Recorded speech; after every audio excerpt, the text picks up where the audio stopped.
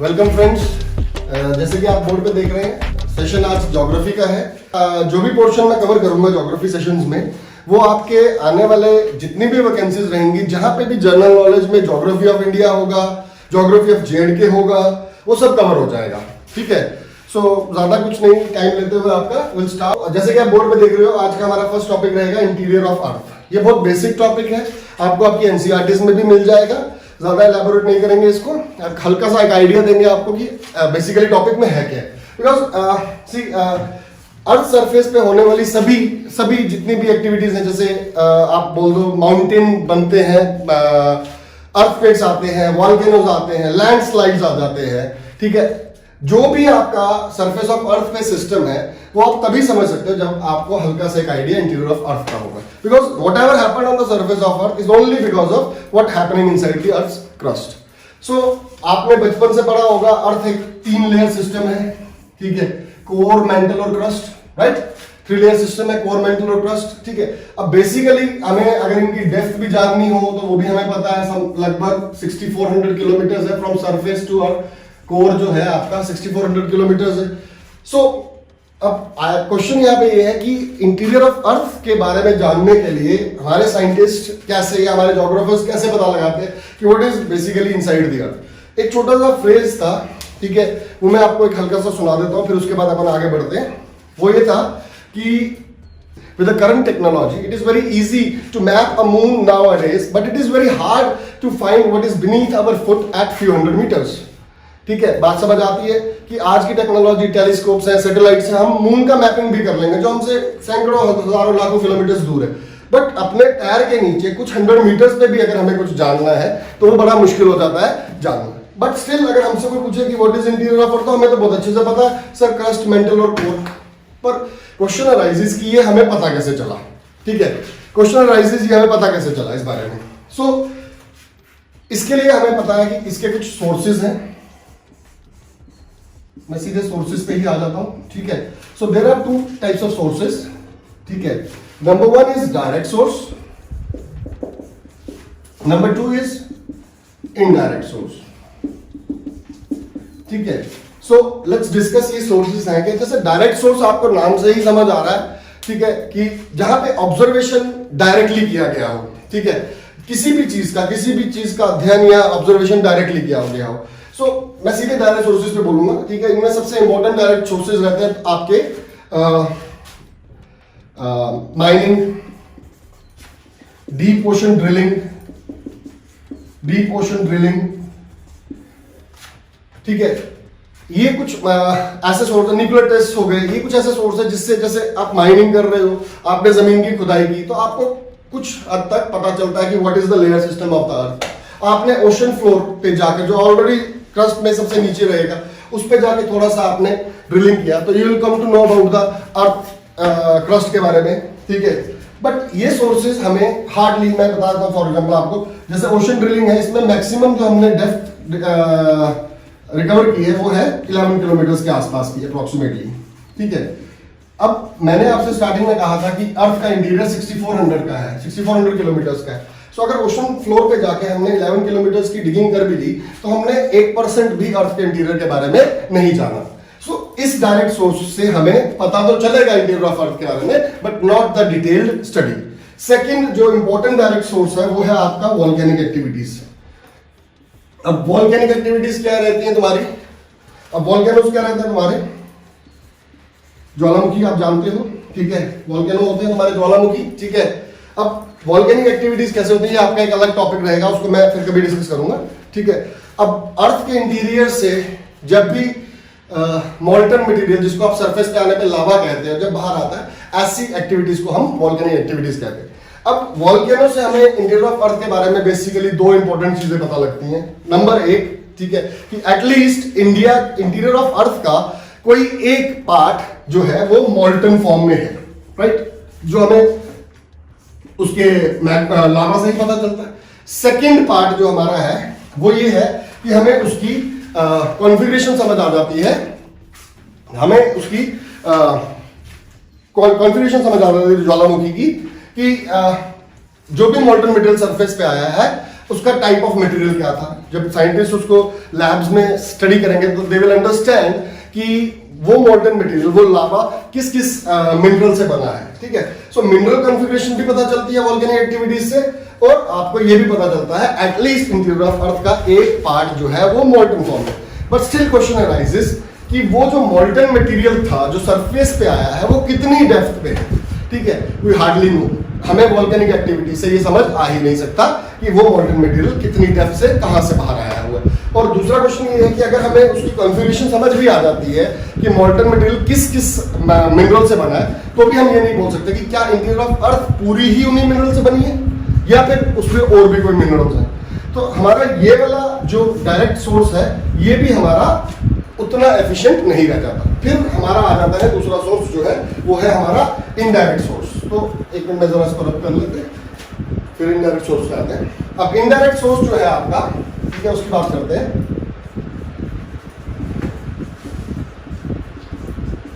अब जब ये वर्ड ही है इनडायरेक्ट, तो आपको यहां से ये समझ आना चाहिए कि इनडायरेक्ट मींस जहां पे की गई कोई भी ऑब्जर्वेशन, ठीक है, डायरेक्ट नहीं होती। It is basically based on assumptions। ठीक है, हमने कुछ फैक्ट्स एंड फिगर्स स्टडी करेंगे, कुछ डाटा स्टडी करेंगे, उसका एनालिसिस करके हम ये बताएंगे कि व्हाट इज बेसिकली देयर। ठीक है, फॉर एग्जांपल अब मैं सीधे इसी के बारे में बात करता हूं। इनडायरेक्ट सोर्सेज में आपका the most important source of revealing the interior of earth is your earthquakes.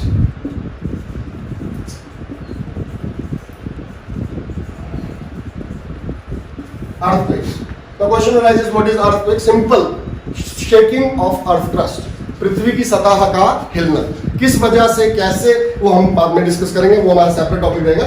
फिलहाल शेकिंग ऑफ अर्थ क्रस्ट या पृथ्वी की सतह का हिलना को हम बोलते हैं अर्थक्वेक। ठीक है, अब अर्थक्वेक का बारे में कुछ चीजें जो आपको समझनी होगी वो ये है। सबसे पहले अर्थक्वेक में एक पॉइंट रहेगा जो हमेशा हमेशा सरफेस के नीचे रहेगा। ठीक है, जहां से आपकी अर्थक्वेक की तरंगे या अर्थक्वेक की वेव्स शुरू होती है। इस पॉइंट को हम हाइपोसेंटर बोलते हैं। ये हाइपोसेंटर इज द वर्ड। ठीक है, अब इसको आपने याद रखना है, इसको हम हाइपोसेंटर या फोकस पॉइंट भी बोलते हैं। ठीक है, ये क्वेश्चन आपका बन सकता है आपके एग्जामिनेशन में कि the point from where earthquake starts is called as focus और हाइपोसेंटर, ये याद रखिएगा। ठीक है, इसके बिल्कुल परपेंडिकुलर यानी 90 डिग्री पे आपका एक और पॉइंट होगा जहां पे अर्थक्वेक से निकलने वाली वेव्स पहली बार सरफेस पे हिट करेंगी, उसको हम बोलते हैं एपिसेंटर। ठीक है सर, उसको हम बोलते हैं एपिसेंटर। तो ये दो क्वेश्चंस आपके सीधे सीधे बनते हैं, इतने हार्ड क्वेश्चंस आपको जेकेएसएस भी पूछेगा भी नहीं। ठीक है, सिंपल क्वेश्चंस पूछेगा। खैर फिर भी हमें चीजें पता होनी चाहिए आगे। अब एक चीज और आपने याद रखनी है कि release of energy during the earthquake travels in the form of waves. जब भी अर्थक्वेक उठेगा, जब भी अर्थक्वेक आएगा, ठीक है, कैसे आएगा वो मैं आपको लेटर क्लासेस में एक्सप्लेन करूंगा। बट फिलहाल आपको दिमाग में रखना है कि जब भी अर्थक्वेक आएगा एक सडन रिलीज ऑफ एनर्जी होगा और वो एनर्जी ट्रेवल करेगी in the form of waves, जिनको हम सिस्मिक वेव्स बोलते हैं।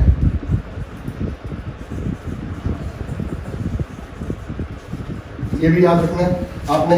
ये भी आपका क्वेश्चन बन सकता है कि the waves which released during earthquake are called as seismic waves। ठीक है, या फिर इनको earthquake waves सिंपल लैंग्वेज में आप बोल सकते हो।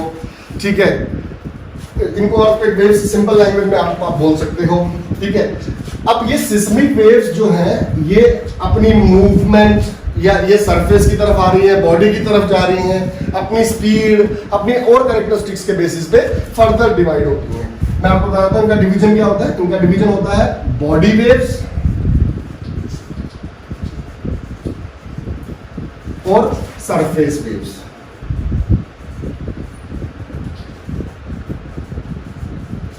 ठीक है बच्चों, सो बॉडी वेव्स माने ऑब्वियसली जो बॉडी वर्ड है वो बता रहा है आपको कि जो वेव्स बॉडी के अंदर ट्रेवल कर जाती हैं वो आपकी बॉडी वेव्स है। दूसरी सरफेस वर्ड आ रहा है, ऑब्वियसली जो सरफेस के आसपास ट्रेवल करेंगी वो सरफेस वेव। अभी हमें बेसिकली इंटीरियर ऑफ अर्थ के बारे में जानना है, तो हमें सरफेस वेव्स का यहाँ पे कोई रोल नहीं, हमें चाहिए बॉडी वेव्स के बारे में जानने के लिए। तो मैं आपको आगे एक्सप्लेन करता हूं। बॉडी वेव्स,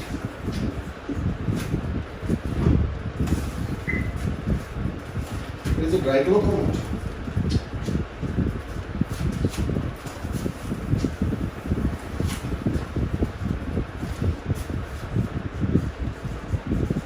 ठीक है गाइस, बॉडी वेव्स। अब बॉडी वेव्स आपकी there are of two types, ठीक है। सिंपल में हम उनको पी वेव्स और एस वेव्स बोलते हैं, ठीक है। ये है आपकी प्राइमरी वेव्स और ये है आपकी सेकेंडरी वेव्स, ठीक है। P waves and S waves, right. So मैं इनकी कैरेक्टरिस्टिक्स भी आपके साथ डिस्कस कर लेता हूं, ठीक है। प्राइमरी वेव्स की कैरेक्टरिस्टिक्स है कि they can travel through all forms of matter like solids, liquids and gases, right? Whereas secondary wave can only travel through solids. ये बस इतना सा याद रखना है आपको, ठीक है, कि प्राइमरी वेव जो है वो फॉर्म ऑफ मैटर के किसी भी हिस्से से पास कर सकती है, सॉलिड, लिक्विड। अब गैसेस से तो हमारे इंटीरियर में बनी नहीं है, बट गैसेस हो सकती हैं, ठीक है, इसलिए मैंने गैसेस लिख दिया यहाँ पे। अदरवाइज आप सॉलिड और लिक्विड भी समझोगे तो चलेगा, ठीक है। अभी कहीं पे क्वेश्चन आ जाए कि which wave can pass through solid and liquid, primary और सेकेंडरी, तो कंफ्यूजन में नहीं जाना कि मैंने आपको गैसेस लिखा तो आप गैसेस को नहीं समझो, ठीक है। आपको ये याद रखना कि तीनों फॉर्म ऑफ मैटर किसी में से भी आपकी प्राइमरी वेव कैन ट्रेवल, और एस वेव जो है it can only travel through your solid part, ठीक है। Now there are so many other things, so many theories, so many concepts which further elaborate की हाँ यार कैसे होता है, क्या होता है, ठीक है। अभी आपको हल्का सा एक आइडिया दे देता हूँ कि what happened, which is basically आपकी यूज का नहीं है, बट फिर भी समझ लेते हैं। मान लेते हैं कि ये अर्थ का इंटीरियर है और ये जो सेंटर में मैंने आपका सर्कल डाला है दैट इज योर बिल्कुल सेंटर का पार्ट, जिसको हम कोर कहते हैं, राइट, जो हमें पता है मॉडल फॉर्म में, राइट। सो व्हाट हैपेंड, एक फोकस पॉइंट था, यहाँ से अर्थक्वेक वेव्स निकली हैं, ठीक है। अब जो पी वेव होगा वो हमें बिल्कुल ऑपोजिट एंड में भी मिल जाना चाहिए, बिकॉज वो तीनों फॉर्म्स में से ट्रेवल कर सकता है। बट जो एस वेव होगा वो हमें वहां पे नहीं मिलेगा, वो एक सर्टेन एंगल से काटता हुआ किसी और जगह पे मिलेगा हमें, सरफेस पे, ठीक है, किसी और जगह पे मिलेगा। मैं एक छोटी सी चीज और ऐड कर देता हूँ इसमें, ठीक है। दीज आर कॉल्ड एज, जैसे मैंने बता दिया, these are called as seismic waves, और इन वेव्स को रिकॉर्ड करते हैं सिस्मोग्राफ्स, ठीक है। एक और चीज याद रखिएगा, ये भी क्वेश्चन बनता है, बहुत बार पूछा गया है कि the science which deals with earthquake waves is called as seismology, ठीक है। And the instrument which deals with which record the seismic waves is called as seismograph. क्या ये मैं आपको डाटा में दे दूंगा, ठीक है, ये मैं आपको डाटा में भी लिखवाऊंगा बाद में, ठीक है। इसके अलावा मैं आपको बता रहा था कि अगर हमारे पास जो दो वेव्स हैं, प्राइमरी और secondary waves, so primary waves can travel through all three forms of matter, so वो हमें एक एंड से दूसरे एंड पे भी मिल जाएगी। सेकेंड जो आपकी एस वेव है वो हमें एक एंड से दूसरे एंड पे नहीं मिलनी चाहिए, बिकॉज वो लिक्विड से पास नहीं करेगी। अब सिंपल यहाँ पे आ जाता है, इन्हीं वेव्स की स्टडी के बेसिस पे जोग्राफर्स ने अर्थ को 3 हिस्सों में बांट दिया था, जिसको आप जानते हो किसके रूप में, क्रस्ट, मेंटल एंड कोर। ना क्वेश्चन राइजेस कैसे पता चला कि ये कोर है और ये लिक्विड है, अब आपको पता है, बिकॉज यहाँ से एस वेव ने डिफ्लेक्ट किया होगा, इन्होंने यहाँ पे मार्किंग करके उस डेप्थ का रिकॉर्डिंग किया होगा, या कैसे भी बताया होगा, that is not of our point. हमें ये पता है कि इन वेव्स की स्टडी से हमें 3 फॉर्म्स और 3 लेयर्स ऑफ अर्थ ऐसे पता चलेगी, क्रस्ट, मेंटल। अब क्या अर्थ का इंटीरियर इतना सही है या इसके आगे भी कुछ है? बिल्कुल है। यहां तक आपका ये कवर हो जाता है कि that is your interior of earth, that is your interior of earth, a 3 layer system. Crust, मैं लिख देता हूं, crust the upper most layer, सबसे ऊपरी लेयर क्रस्ट होती है, आपकी इंटरमीडिएट लेयर होती है मेंटल, और सबसे नीचे की जो लेयर है वो है आपकी कोर, ठीक है। मैं इसके बारे में फर्दर इलेबोरेट करता हूं, बट फिलहाल आपको ये समझना है कि इंटीरियर ऑफ अर्थ के सोर्सेज क्या थे। हमारे पास डायरेक्ट सोर्सेज थे और इनडायरेक्ट सोर्सेज थे। डायरेक्ट सोर्सेज से हमने ये समझा कि इंटीरियर ऑफ अर्थ के बारे में पता तो चलता है, बट लिमिटेड, बहुत ज्यादा नहीं पता चलता, इसीलिए हम उन सोर्सेज पे बहुत ज्यादा रिलाय नहीं करते थे। दूसरा हमारा सोर्सेज था इनडायरेक्ट सोर्सेज, ठीक है। इनडायरेक्ट सोर्सेज में हमने देखा कि हमारे पास अर्थक्वेक वेव्स हैं, जिनको हम सिस्मिक वेव्स कहते हैं, जो 2 टाइप की होती है, बॉडी या सरफेस वेव्स। सरफेस वेव्स से हमें कोई लेना देना नहीं है इस टॉपिक में, बिकॉज हम इंटीरियर ऑफ अर्थ पढ़ रहे हैं, तो हमें उन वेव्स के बारे में पता होना चाहिए जो सरफेस से अंदर की तरफ जाती है, यानी कि बॉडी वेव्स। बॉडी वेव्स हमारी 2 प्रकार की है यहाँ पे, secondary wave and primary wave. Secondary wave आपकी तीनों फॉर्म ऑफ मैटर से पास करने वाली है, और प्राइमरी वेव आपकी तीनों फॉर्म ऑफ मैटर से पास करने वाली है, और सेकेंडरी वेव आपकी सिर्फ और सिर्फ सॉलिड से पास कर। इसी के स्टडी, इन्हीं वेव्स की स्टडीज के बेसिस पे आपका क्रस्ट, मेंटल और core as your interior of earth निकल के आया था। बट हमारा इंटीरियर ऑफ अर्थ जो है वो इतना नहीं है। मैं इलाबोरेट करता हूं आपको आगे उसके बारे में।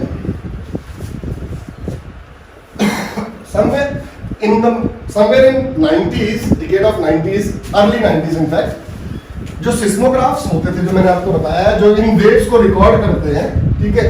सो in the early 90s more sophisticated seismographs were developed, ठीक है। और sophisticated seismographs जो थे वो डेवलप हुए, ठीक है। और उन सिस्मोग्राफ्स में कुछ और सेट ऑफ वेव्स, कुछ और सेट ऑफ सिस्मिक वेव्स को रिकॉर्ड करना शुरू कर दिया। जैसे मैंने आपको बता दिया कि बॉडी वेव्स दो टाइप की थी, पी वेव्स और एस वेव्स। पी वेव्स जो है सॉलिड, लिक्विड और गैसेस में से निकलती थी, ये सिर्फ सॉलिड में से निकलने वाली है। ये हमारे ओल्डर सिस्मोग्राफ्स रिकॉर्ड किया करते थे। बट जब 90s के डिकेड में हमारे पास नए सिस्मोग्राफ्स, सोफिस्टिकेटेड सिस्मोग्राफ्स आए, इन्वेंट हुए, उन्होंने हमारे पास P star, S star, PG और एसजी वेव्स को भी रिकॉर्ड करना शुरू कर दिया। What is the difference on this wave? In waves में डिफरेंस क्या था? सिर्फ और सिर्फ वेलोसिटी का डिफरेंस था और कोई डिफरेंस नहीं था। अब इसको मैं ज्यादा एलैबोरेट नहीं करता, ठीक है। इन्हीं वेव्स के आधार पर, ठीक है, चलो मैं आपको एक हल्की सी कहानी सुना देता हूँ यहाँ पे, ठीक है। फॉर एग्जाम्पल आपको एक एक्सपेरिमेंट दिया जाता है, हाइपोथेटिकली एक एक्सपेरिमेंट करते हैं हम यहाँ पे। आप एक कार में बैठ के जा रहे हैं, फॉर एग्जाम्पल उस कार की स्पीड है 100 किलोमीटर, 110 किलोमीटर पर आवर, और आपको कोई टास्क देता है कि whatever you see from your window just write it down on the paper. तो आपको कैसा दिख रहा होगा? आपके साथ से निकलती हुई चीजें बहुत फास्ट निकलती जा रही होंगी, राइट। जैसे आपने कोई पेड़ देखा, आप लिखते हो ट्री, जितनी देर में आपने बाहर देखा उतनी देर में आप लिखते हो बिल्डिंग। अब उस ट्री और बिल्डिंग के बीच की जो भी आपके चीजें थी वो आप मिस कर चुके because of greater speed of the car. अब यही टास्क उसी सेम डिस्टेंस पे हम फिर से करेंगे, but at the speed of 20 kilometre per hour. Now imagine कि गाड़ी 20 किलोमीटर की स्पीड पे चल रही है और आपको बाहर देख के चीजें लिखना है। आप कैसे लिखोगे? Tree, a car, a bike and a building. हमने पहली हाई स्पीड कार में दो चीजें मिस कर दी थी। अब कम वेलोसिटी में, कम स्पीड में चलते हुए हमने उन्हीं दोनों चीजों को रिकवर कर लिया। सो बेसिकली मैं यहाँ पे क्या बोलने की कोशिश कर रहा हूँ कि when we have lesser velocity waves, what happen basically, जब हमारे पास कम गति वाली तरंगे होंगी, लेसर वेलोसिटी वेव्स होंगी, तो हमें उनकी स्टडी करने का मौका ज्यादा अच्छा मिलेगा। फॉर एग्जांपल हम मान लेते हैं कि ये क्रस्ट होती थी, आप सिस्मोग्राफ्स हमने देखे कैसे काम करते हैं, हमें वो दिख जाएगा कि वो कुछ ऐसा लाइंस बना रहा है। हमारे पुराने सिस्मोग्राफ्स कैसी लाइंस बनाते होंगे ऑन पेपर? ऐसा कुछ बना देते होंगे, ठीक है, जिससे हमें मान लिया कि ये सभी वेव्स जो है एक ही मीडियम से पास कर रही हैं, इनका कोई मीडियम बदला नहीं। अब हमारा दूसरा जो सिस्मोग्राफ्स बने थे उनमें क्या था कि वो क्रस्ट में ही ट्रेवल कर रहे हैं, पहले वो इस पैटर्न में ट्रेवल कर रहे थे और ऑल ऑफ अ सडन उन्होंने इस पैटर्न में ट्रेवल करना शुरू कर दिया। ये हमें इन वेव्स की फर्दर स्टडी से पता लगा। अब हम देख रहे हैं पूरा जो पार्ट था ये मान लेते हैं ये क्रस्ट का ही पार्ट है, ठीक है। अब क्रस्ट में पहले जो हमारे पास डाटा था वो इस टाइप का था, अब जो नया डाटा आ रहा है वो इस टाइप का।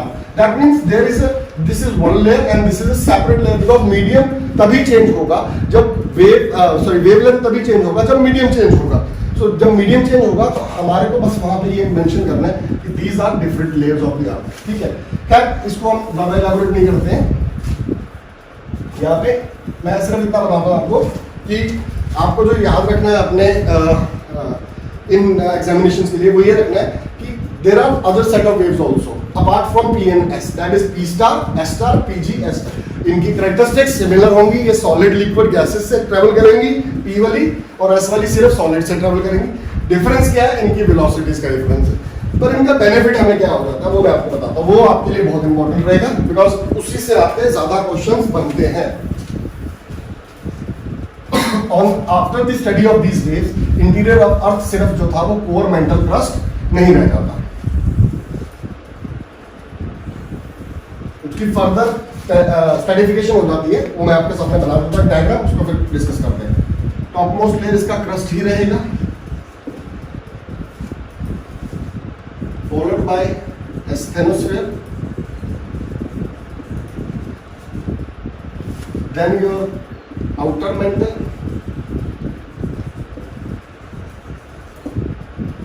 then आपका inner mantle, then outer core, inner core. तो गाइस ये आपका रिसेंट आपका जो है लेयर सिस्टम है, ठीक है। These are the layers of earth. हमारा 3 लेयर सिस्टम जो है अब उतना नहीं रह गया। 90s के डिकेड में मैंने आपको बता दिया, मोर सोफिस्टिकेटेड सिस्मोग्राफ्स के आने की वजह से हमारा लेयर सिस्टम ये हो गया। मैं इनकी किलोमीटर डेप्थ भी लिख देता हूँ। 0 से शुरू करते 70, then 400, then 700, 2900, 5065 and then 6400 kilometres. ये आपकी डेप्थ है हर लेयर की from the surface of earth, ठीक है। क्या सबसे ऊपर की लेयर स्टेनोस्फेयर बता दिया आपको, then crust, then followed by stenosphere, then outer mantle, inner mantle, outer core, inner core. ये हमारी current layers of the earth है, ठीक है, इंटीरियर ऑफ अर्थ है, ठीक है। अब आपको जो इनमें से क्वेश्चन बन सकते हैं वो ये बन सकते हैं कि which of the following layer is in which form, solid, liquid और व्हाटएवर। सो मैं आपको ये बता देता हूँ कि इंटीरियर ऑफ अर्थ पे जाते हुए आपकी 2 चीजें काम करती हैं, टेम्परेचर और प्रेशर, राइट।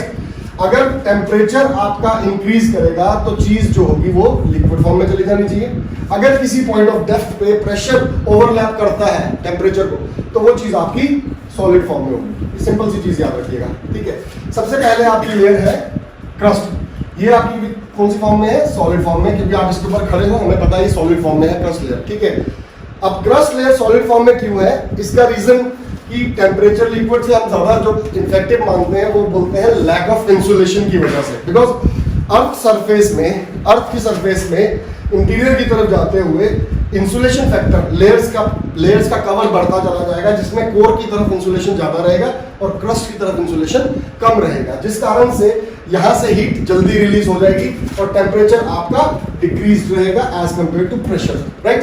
सो हमारा क्रस्ट जो रहेगा वो सॉलिड फॉर्म में रहेगा। Then second layer is स्टेनोस्फेयर।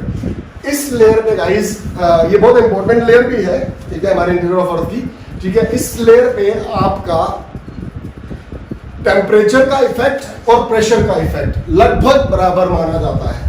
इसी वजह से ये लेयर ना तो सॉलिड फॉर्म में जा पाती है ना ही लिक्विड फॉर्म में, और ये लेयर रहती है आपकी सेमी सॉलिड या सेमी लिक्विड भी बोल सकते हो आप, ठीक है। सेमी सॉलिड या सेमी लिक्विड फॉर्म में रहती है ये लेयर आपकी स्टेनोस्फेयर की, ये याद रखिएगा, ठीक है। Third layer is your outer mental. ये प्योर सॉलिड फॉर्म में है। क्यों है, because effect of pressure is overlapping the effect of temperature. Then inner mantle again is in solid form because effect of pressure same ही रहेगा। Pressure का effect जो है वो ओवरलैप करता है यहाँ पे टेम्परेचर के इफेक्ट को, बिकॉज हम ऐसे भी बोल सकते हैं 3 लेयर का प्रेशर है, तो इस वजह से भी 3 लेयर के दबाव के कारण प्रेशर ज्यादा हो जाता है। टेम्परेचर भी बढ़ रहा है, ऐसा नहीं है टेम्परेचर नहीं बढ़ रहा है, ठीक है, टेम्परेचर भी बढ़ता है, ठीक है, but effect of pressure is greater than effect of temperature. Then comes your outer mantle. This is the important part. ये लेयर जो है आपकी, ये आपकी लिक्विड फॉर्म में है। अब हम बोल रहे हैं कि इनर मेंटल पे 3 लेयर का प्रेशर है तो वो सॉलिड फॉर्म में जा रही है, इस पे 4 लेयर का प्रेशर है तो ये लिक्विड में क्यों जा रही है। इसका एक सिंपल कारण है, यहाँ पे presence of radio active materials. Radio active materials की प्रेजेंस कोर के अंदर बहुत ज्यादा है, जिस वजह से रेडियो एक्टिविटी की वजह से टेम्परेचर फैक्टर जो है वो ओवरलैप करेगा प्रेशर फैक्टर को, और ये लेयर बन जाएगी आपकी लिक्विड फॉर्म में, ठीक है। बट ये केस इनर कोर पे काम नहीं करता। Inner core is in solid form. Question arises, do inner core have radioactive materials? Yes, inner core also have radioactive material, but all the pressure of the earth is on a smaller part of the earth, जिस वजह से pressure factor overlap करता है liquid factor को, और ये inner core आपका रहता है सॉलिड फॉर्म में। सो आई होप आपको ये समझ आया होगा इसमें से कि हमारी कौन सी लेयर किस फॉर्म में है, फर्स्ट थिंग। सेकंड कि वोल्केनिक एक्टिविटीज हमारी कहां से होने वाली है, मेन उसका सोर्स रहेगा outer core. Okay guys, I hope आपको ये सब अच्छा लगा होगा, इंटीरियर ऑफ अर्थ टॉपिक अच्छा लगा होगा। अगर आपको ये अच्छा लगा तो थोड़ी मोटिवेशन हमें भी दीजिए, लाइक, सब्सक्राइब और शेयर कीजिए, और जल्दी ही आपके साथ ज्योग्राफी के दूसरे वीडियो के साथ मिलते हैं। होपफुली मैं बता देता हूँ टॉपिक आपको पहले ही, वो टॉपिक रहेगा प्लेट टेक्टोनिक्स।